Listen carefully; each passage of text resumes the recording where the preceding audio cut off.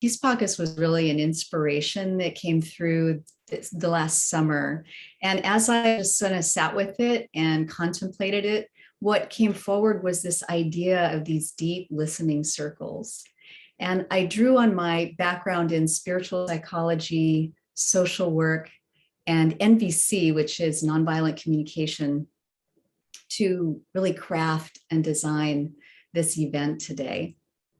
Essentially, Peace Pockets is about holding sacred space for each other to presence ourselves in this now moment and see what emerges from there. It's an opportunity to directly experience how listening itself, especially in community, can provide a restorative experience for us. So what is Peace Pockets? Tapping into the coherent field together. It's an experiential container of deep listening to ourselves, to each other, and the field within and around us. When we come together in this way, I see this as intentionally tapping in to the coherent energy that's always present and allowing it to express itself through us. Like musicians playing in the pocket with each other, we will listen to each other in a coherent field of love that will inform and guide us, our hearts being the instrument that we're using. I saw this recently on an Instagram post, and this really spoke to me about what I wanted to create here. What so many need right now is a safe place to fall apart. Not in a tragic way, but like an extended exhale. So no advice, no interruptions to your thought process, no list of what's next to heal. Just a safe place where you know you are held, and that by resting there, you will soon rise.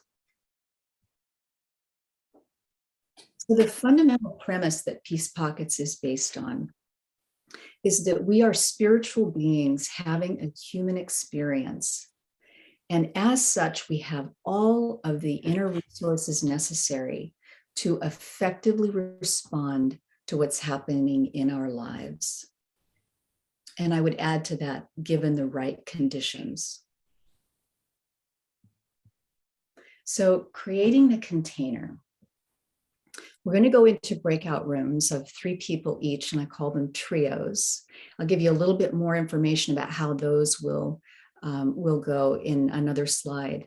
But the greater overview in creating a container is really the energy that we're going to bring to it. And there's 3 things I want us to consider. Having a heart-centered focus, how we're using our body language, and being comfortable with silence. So with the heart-centered focus, I think this is something we've all been practicing, and really a shared intention that we have in the IOC, in this learning community we're in together. And that can be just really focusing on your heart space and imagine listening from there, speaking from there. Another visual I like to use when I'm doing deep listening is imagining a heart above the sharer's head and a heart above my own, and that I'm sharing from the intelligence of the heart. And even though we're in a virtual space, I think it's really important to consider our body language.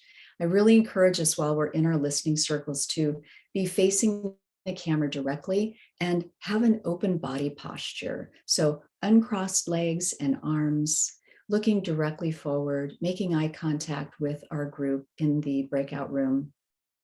And this really sends cues of accessibility, like you're saying, I'm here, I'm with you, I'm available to you and present with you.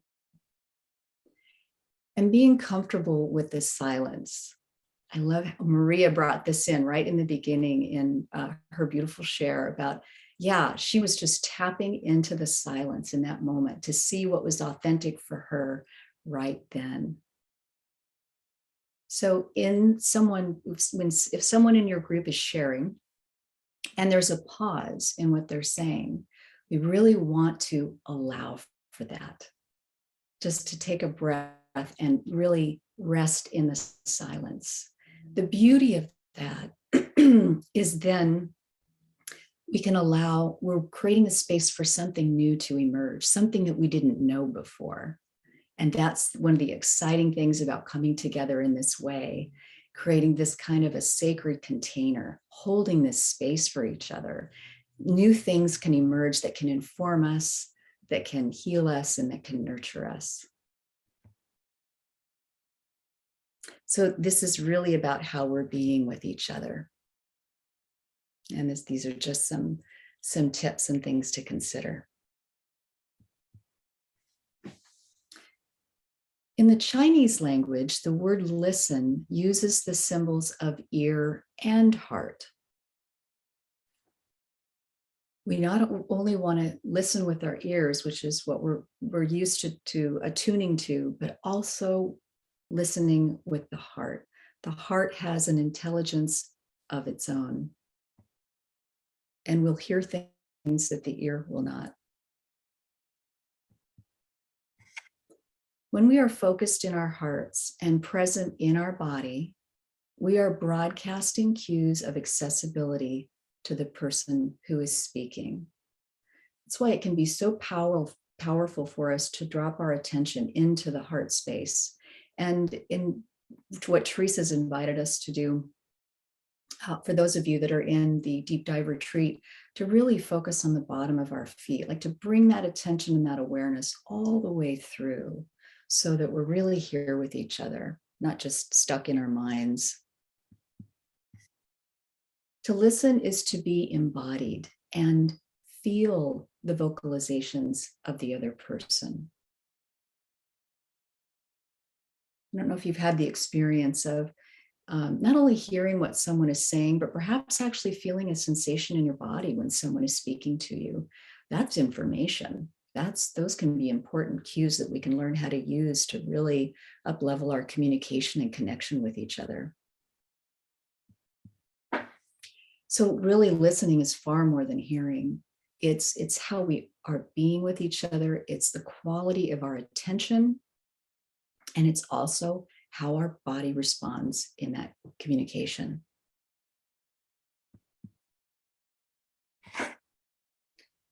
Heart-mind coherence is a really foundational practice in the IOC. And most of you are probably familiar with HeartMath. They've been partnering with the IOC and the Global Coherence Pulse since their inception.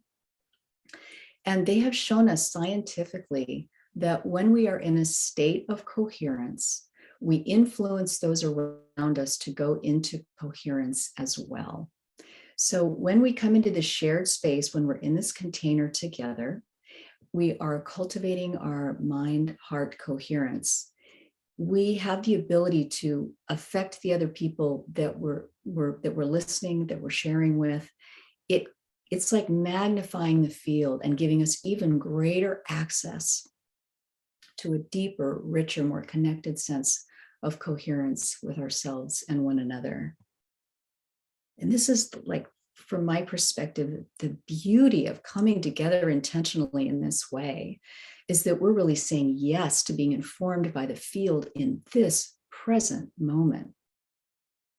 And that's where the great wisdom traditions of the world have said, this is where the guidance is. This is where the knowing is, that ability to be fully present in the moment is where the information is waiting to be felt and heard by you.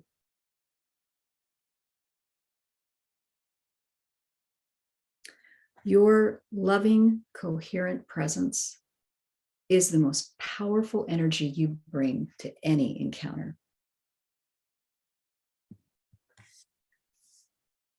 Mary Holnick was one of my professors, and she's been working. She's a marriage, family, child therapist and a psychiatrist. She's been working with people for almost 5 decades, anywhere from the smallest upset to the biggest trauma. And I recently heard her say that just being listened to and heard can be profoundly healing. I was really, that really struck me with the amount of experience that she has in working with all of the modalities and tools available at her disposal. And she sees this as an absolutely key skill.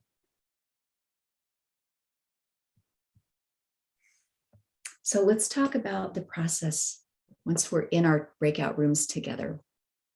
I call it a trio process because it's 3 people together, and each person will have a specific role, and those roles are going to rotate. So you're going to have 5 minutes in each role, and we're going to send you a little notice in the breakout room so you'll know when to switch places.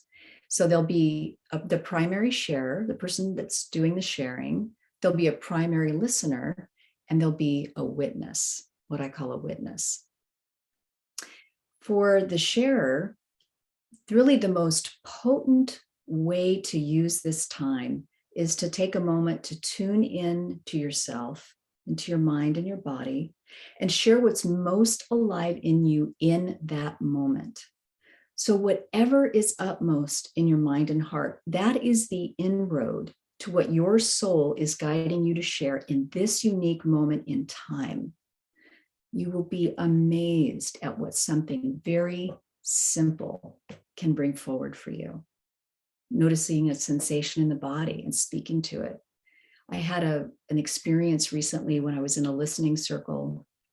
It was my turn to share, and my mind was just a blank. I didn't have anything there was just nothing there.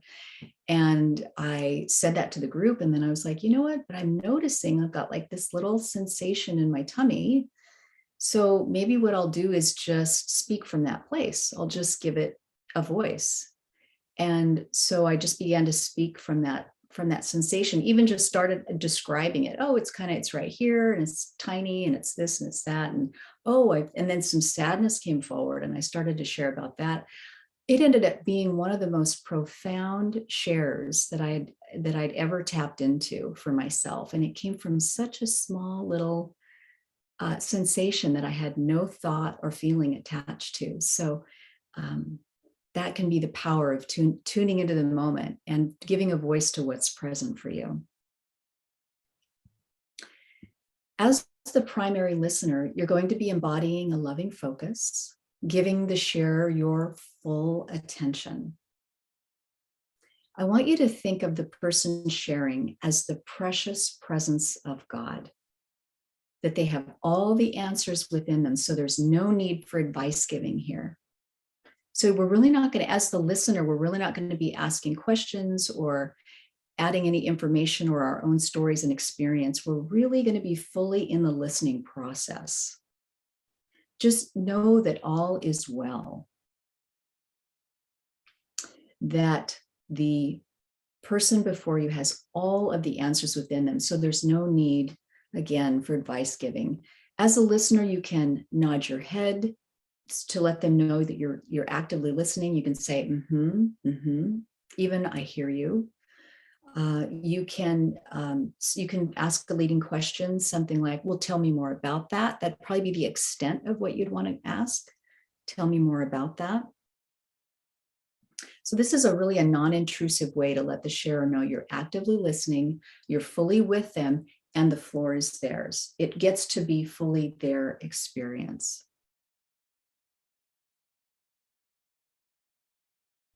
As the witness, you're going to be holding a loving focus for both the sharer and the primary listener, knowing they are both divine beings sharing and having a human experience.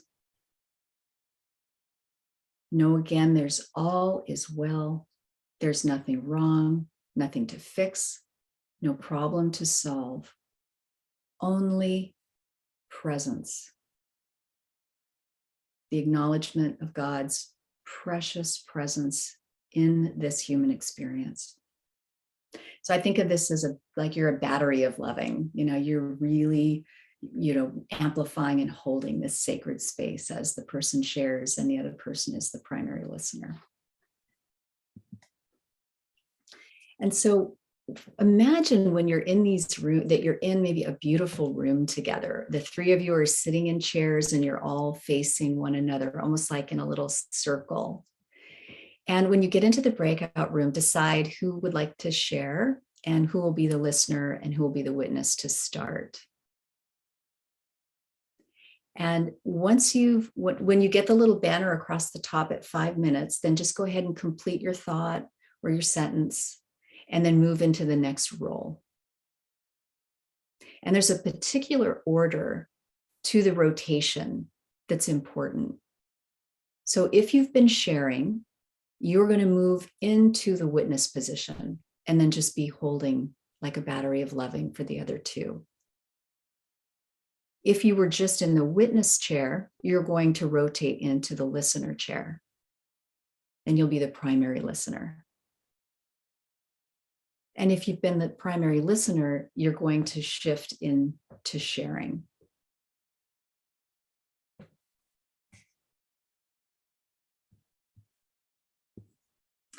There were a couple of biblical quotes that came forward for me when I was putting this together.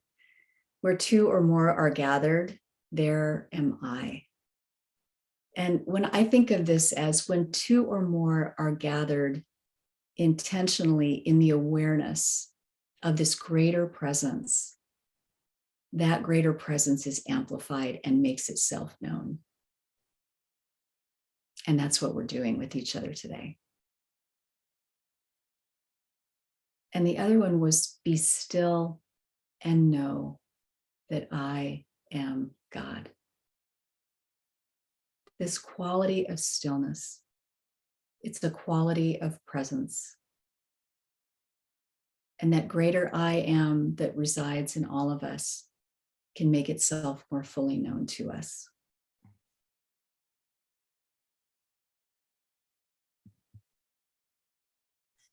So the trio timing, we're going to each have 5 minutes. And again, we will alert you with a little banner across the top at the 5-minute mark. It could be, if you decide part of the role of the person in the witness chair could kind of have their eye out for that in case the other two don't see it. You can let each other know. And then just complete your thought or your sentence and then shift roles. Again, the order of rotation, if you've been sharing, you want to move into the witness chair. It's really nice then to just rest in that loving space after you've shared. And as the witness, you've been just really beaming your love and you're just really primed to go into that primary listening role. And as the listener, now it's your turn to share.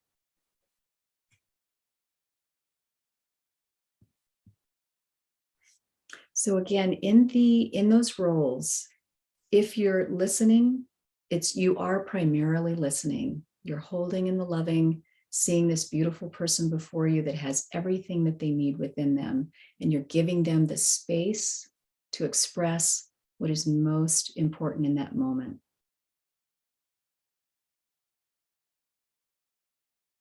As the sharer, you're sharing what is present for you authentically. This is such an opportunity. I so encourage you to take the opportunity to tap in, maybe even to something you were not aware of before you even got in the breakout room. And as the witness, just hold and practice being in the loving, which I know all of you are already so good at. And this is an opportunity to just do more of that. So we won't be recording the breakout rooms. Those will be completely confidential. Everything that is said in those rooms is just to be held in that sacred container of confidentiality. And just for the safety of everyone, I just ask for maybe just raising of your hand if you agree to confidentiality together. Great, thanks guys. So you'll be in the breakout rooms for a total of 20 minutes. There'll be 15 5 minutes, we'll give you 5 minutes at the end for reflection with each other. Sometimes it can be really nice to just reflect about your experience with each other while you're still in that really sacred, beautiful container. And I would encourage you to really use the opportunity to reflect to each other the beauty, the love, the qualities that you see in each other. This can be very affirming and very restorative. And then we'll come back to the main room for a brief reflection before we close today.